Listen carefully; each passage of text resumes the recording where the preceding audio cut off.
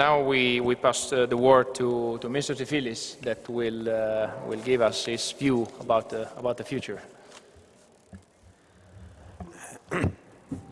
Well, it's obviously impossible to have a view really about the future, especially in the very fluid environment which the whole world has entered, let's say, in the post-Lehman world. Started with a crisis which every time there seems to be the beginning of a solution, it just generates a further and a deeper crisis, which is creating a lot of uncertainty and is changing a lot of the previous alignments of the world. So we are looking at a constantly accumulating imbalances which are reflected in various aspects of the world economy.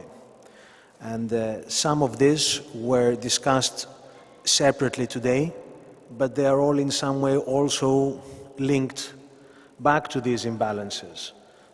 For instance, the change in the central Chinese policy from becoming the factory of the world to creating by Politburo decree the first consumer society dictated by a communist regime is an imbalance, and it's also an internal imbalance in the country, but it's creating also an external imbalance.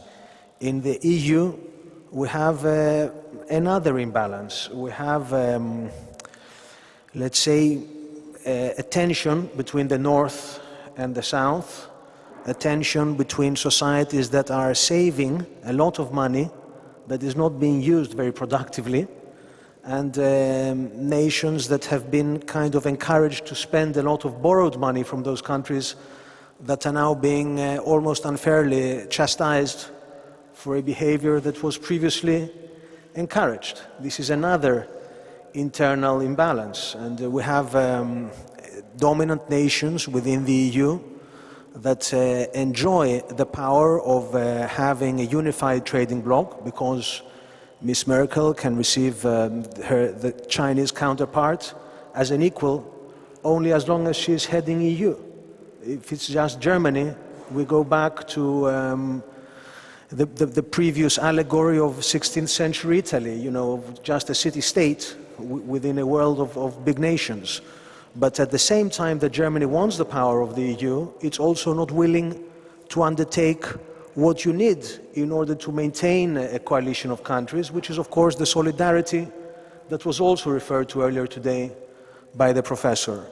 There are other imbalances going on in the world as well, and these involve not only the EU and China, but also imbalances within supranational organizations, even like the IMO, as was referred to earlier by Mr. Mitropoulos.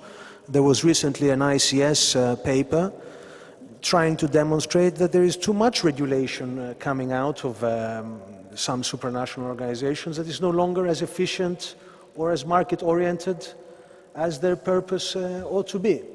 So I think that there is a lot of lack of self-knowledge in a lot of the actors in the industry. Even today, within the ship-owning community, we saw again two disparate views. One which is seeking some kind of external redressing of the supply-demand disequilibrium, and some would just accept that the market needs to go through its own cycle to find the result.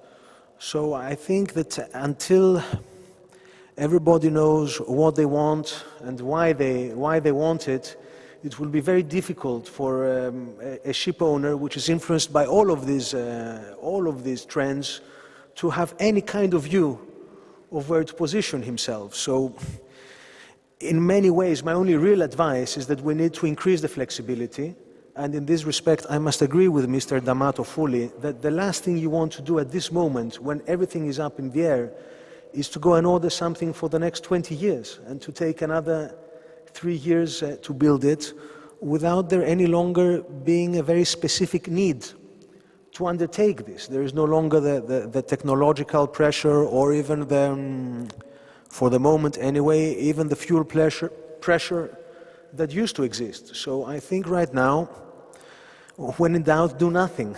And part of doing nothing, of course, is not introducing further uncertainty by changing the basic alignment of tonnage in the market. So, of course, it's better if you have a positive view of the future, or if you think you are a better operator, or if you think you can service charterers better, it would be preferable to buy an existing vessel, obviously, than to go and order a new one. Now, I think, having said that, that's the extent to which I can agree with this position. After that, if you can maintain the vessel better than somebody else, you should be able to keep the vessel trading for a longer period of life, because that's the way you get rewarded for being a better operator. And really, for the smaller companies, and Greece also mostly has smaller family-sized companies. Out of the 500 or so companies in Greece, more than 400 are of, let's say, the Italian variety. And the only real advantage that you can have against the bigger, very capital-intensive companies that are following very aggressive business plans that look perfect on paper, but then real life, just shreds that paper through the shredding machine and, throws lighter fluid on top of it, and it all goes up in a bonfire, taking the whole office building down. The only advantage you have is to stick to the principle of being the lowest cost operator, and not so much to try and leapfrog somebody on the technological race, which until recently was a fairly successful strategy. So I think that we need to be a bit more patient than we're used to until now, much more flexible and not so prescriptive as we have been. And I think that all of the world is suffering from this problem. We all want to find comfort somewhere where comfort doesn't exist. Even in the picture of Caravaggio, you don't see the angel, but you must have faith the angel is there. So in today's world, we try to put in the place of the angel, to put the business plan or the very tight regulations that only result in people either cheating very close or collapsing very spectacularly. Until recently, in the pre-Lehman world, the companies like Moody's and the rating agencies were rating a lot of the companies that went under as, AA, AAA, or whatever they call them. So reality has a way of debunking myths that we create. And I think now we are in this stage, so it needs a lot of patience, not so much movement, definitely not committing too much capital, because in the end you'll just destroy capital if you try to put it, to squeeze it somewhere. And I think it's very important so that we don't suffer from an identity crisis like the supranational organizations that we think, or I think, are flawed, basically. I think it's very important to remember who we are and why we're here. And really the ship owner, he's here to serve the world consumer.